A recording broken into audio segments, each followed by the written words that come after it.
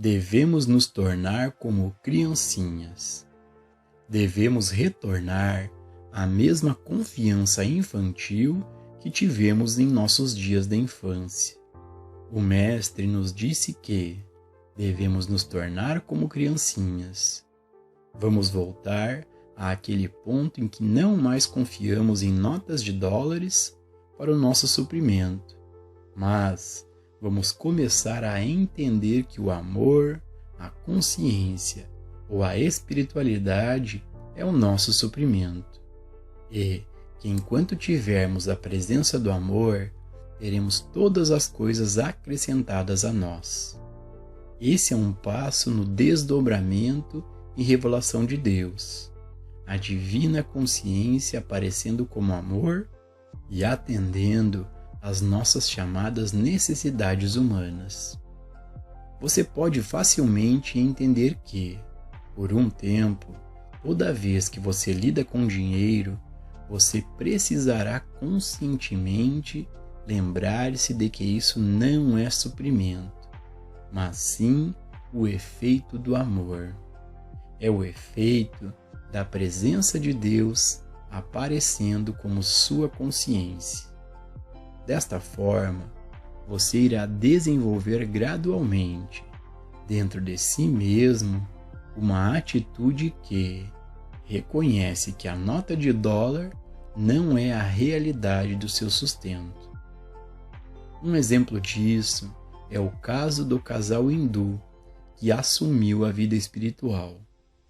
Com suas tigelas de esmolar como parte típica de seu caminho, um dia, enquanto caminhavam pela estrada, o marido na frente e a esposa logo atrás, o homem se agachou, pegou alguma coisa na terra, esfregou em seu manto e guardou o objeto no bolso. A esposa rapidamente perguntou o que ele havia encontrado. Quando ele mostrou-lhe um diamante, sua repreensão foi rápida e afiada. Estamos vivendo a vida espiritual, em que é o diamante de maior valor do que a sujeira que você retira do diamante? Não, o valor não está no diamante. O valor está em nossa consciência, que é a substância, a forma, o princípio e a lei para o diamante. Como eu existo e esse eu é Deus, eu sou a lei de produção de qualquer forma necessária do que é a minha necessidade. Todo o poder está na consciência. Vamos supor que alguém ligue e diga: estou doente, preciso de ajuda. Até agora, quando alguém disse, eu não me sinto bem, você provavelmente negou imediatamente. Mas nós vamos aprender a não negar isso. Nós não vamos colocar um muro contra a doença. Em vez disso, nossa resposta será: o que é isso? É poder? É uma presença? É realidade? Ou todo o poder é a consciência do indivíduo, que é uma lei da saúde? E esse crescimento do distúrbio, essa dor ou limitação, é uma lei? Não, claro que não é. Desde o começo, essa é a nossa realização com cada súplica, com cada chamada que nos é feita por ajuda. Podemos nos encontrar dizendo, então, ou qualquer outra coisa que nos ajude a concordar com o nosso adversário. O princípio da cura é: concorde com o teu adversário. Você não pode lutar contra qualquer coisa com a qual você concorda. No momento em que você luta, combate ou se posiciona contra qualquer queixa que venha a você, você está construindo um adversário, ou, em vez de entrar em acordo com o que parece ser um erro, mas que, na realidade, é apenas uma ilusão, se é que pode haver uma realidade numa ilusão. No momento em que você luta ou combate o erro de qualquer forma, você o confirma como algo que deve ser removido. E não há como dizer quanto tempo a cura vai demorar. As únicas curas instantâneas são aquelas que acontecem quando a consciência do praticante sabe, quando o praticante está convencido de que não há poder ou presença na coisa que alega ser uma manifestação errônea. Existe cura possível enquanto você acredita ou tenta curar uma condição? Não. A cura vem do reconhecimento de que a consciência do indivíduo é Deus, ou que Deus é a consciência do indivíduo. Assim, a consciência do indivíduo é a lei para todas as condições. Na linguagem bíblica, maior é aquele que está em você do que aquele que está no mundo.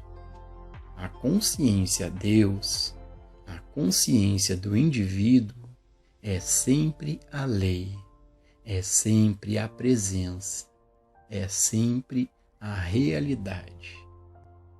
Se algo aparece externamente, é apenas um efeito, e, como efeito, não pode ser lei. Como efeito, não pode ser causa. Como efeito, não pode ser poder. Nenhum efeito no mundo tem poder sobre o outro efeito. Isso é uma lei espiritual. A consciência é todo o poder. Todo o poder vem do alto.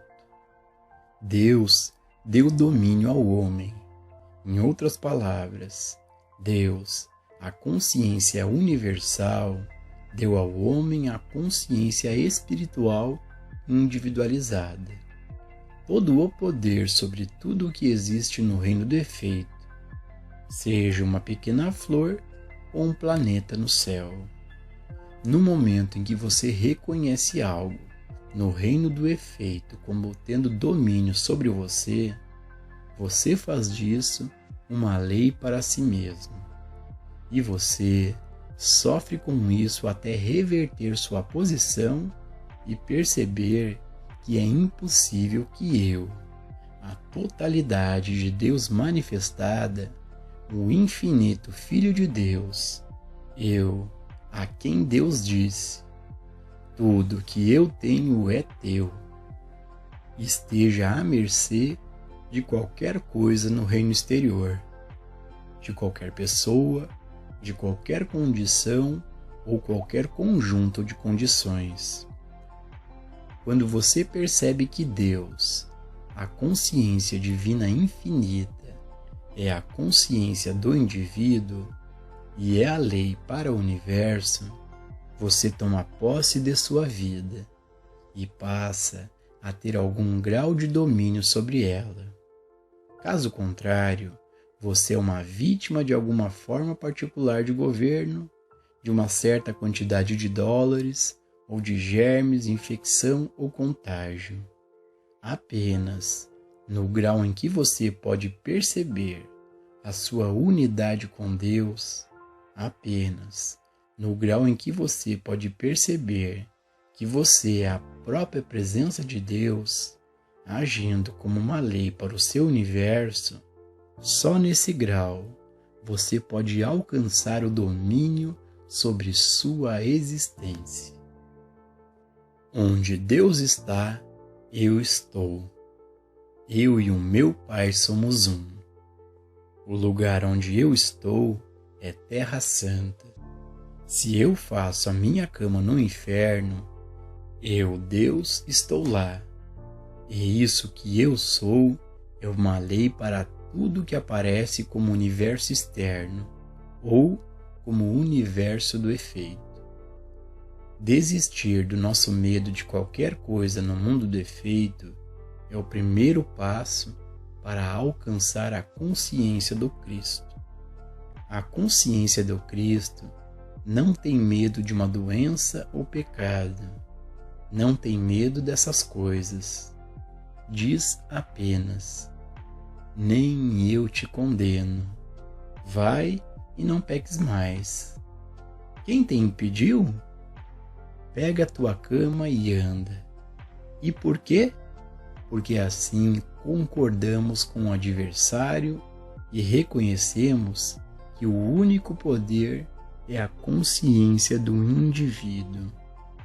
Toda vez que você vê pecado, falta ou limitação na cena externa, em vez de saltar para dar um tratamento, diga: não, você não está me enganando. Você existe como um efeito de um tipo ou de outro, mas você é apenas os trilhos da ferrovia juntando-se no horizonte. E se eu pudesse ver como você é, as faixas estariam nos seus lugares corretos. Meus olhos não mais estão me enganando. Não dê tratamentos a Deus e ao seu universo. E lembre-se que não há outro. Tratamentos em si não têm valor. Ninguém em toda a história da metafísica já mudou uma condição da realidade por meio do tratamento. Nenhuma única melhoria foi feita em todo o reino espiritual através do tratamento. Tratamentos não têm valor, mas a oração sim. Orar sem cessar, porque a oração é o desdobramento da sua própria consciência. Oração é Deus revelando-se a você. A oração é Deus revelando sua verdade à sua consciência individual. A oração é a revelação da realidade divina à nossa consciência individual. Voltando-se para dentro, observando, sempre ouvindo a realidade divina. Este é o segredo da vida espiritual. E esse é o segredo que, em última análise, revela Deus a nós como nosso ser individual e como nossa individualidade. Nesse interior, e somente nele, encontra-se harmonia, encontra-se paz, alegria, poder e domínio. O universo espiritual deve agora se desdobrar para você. Não se preocupe, nem se perturbe com o que está acontecendo no mundo humano. Com isso, eu não quero dizer que você deveria esconder sua cabeça na areia. Você ainda prossegue com seus assuntos, fazendo as coisas de acordo com seu mais alto senso de retidão.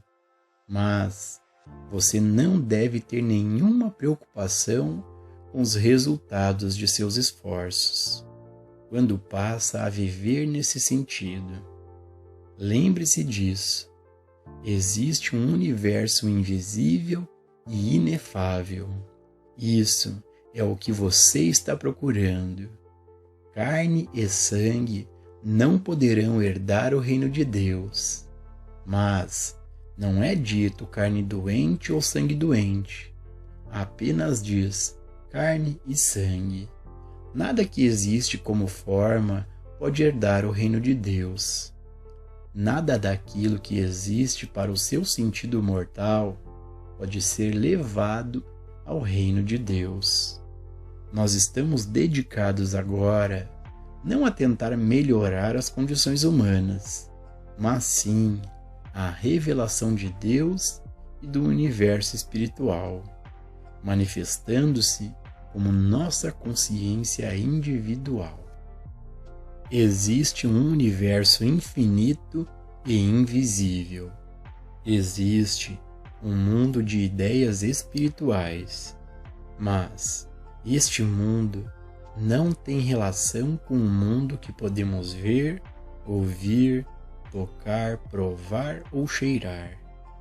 Tudo o que estamos conscientes no mundo dos sentidos é a visão distorcida da ideia divina, do universo real, que estamos vendo através de um vidro, sombriamente. Bem, onde nós parecemos estar, Deus está. Onde todos os fenômenos mortais parecem ser, o universo espiritual é.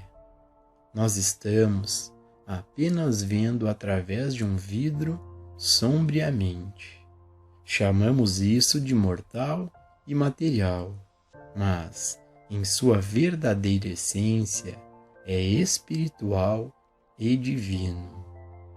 A consciência aparece como pães e peixes. Trecho de João capítulo 6, versículo 1 ao 10. Depois disto, partiu Jesus para o outro lado do mar da Galileia, que é o de Tiberíades, e grande multidão o seguia, porque via os sinais que operava sobre os enfermos. E Jesus subiu ao monte e assentou-se ali com seus discípulos. E a Páscoa, a festa dos judeus, estava próxima. Então Jesus, levantando seus olhos e vendo que uma grande multidão vinha ter com ele, disse a Filipe: Onde compraremos pão para estes comerem? Mas dizia isto para experimentar, porque ele bem sabia o que havia de fazer. Filipe respondeu-lhes: 200 dinheiros de pão não lhes bastarão, para que cada um deles tome um pouco. E um dos seus discípulos, André, irmão de Simão Pedro, disse-lhe: Está aqui um rapaz que tem 5 pães de cevada e 2 peixinhos. Mas que é isto para tantos? E Jesus disse-lhes: Mandai assentar os homens. A aparência foi de escassez e limitação material.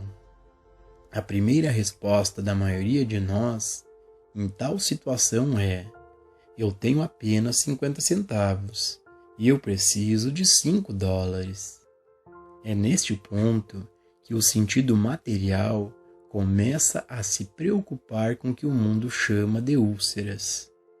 Em nosso ensino, fazemos como o Mestre Jesus fez.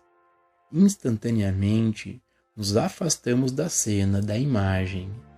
Será que 50 centavos ou $5 realmente atendem à nossa necessidade?